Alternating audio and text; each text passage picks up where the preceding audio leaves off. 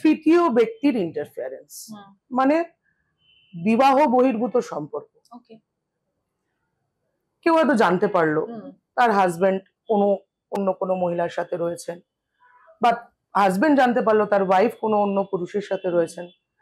তো সেই ক্ষেত্রে যখন জিনিসটা এক্সপ্লোর হয়ে যাচ্ছে কোনোভাবে, তখন তারা আর সেই রিলেশনটাকে কন্টিনিউ করতে চাইছেন না, সেটাও একটা কারণ। এছাড়া আরো অনেক কিছু কারণ রয়েছে যেগুলোকে আমরা দেখি, যেরকম একটা ফ্যামিলির ইন্টারফিয়ারেন্স খুব গুরুত্বপূর্ণ। সেখানে সবসময় বলবো না যে ছেলের বাবা মার ইন্টারফিয়ারেন্স আছে, মেয়ের বাবা মারও ইন্টারফিয়ারেন্স আছে। যখন একটা ছেলে এবং মেয়ে বিয়ে করেছে, তারা সংসারটা করুক, বাড়ির লোকেরা কেন ইন্টারফেয়ার করবে, এটাও একটা কারণ।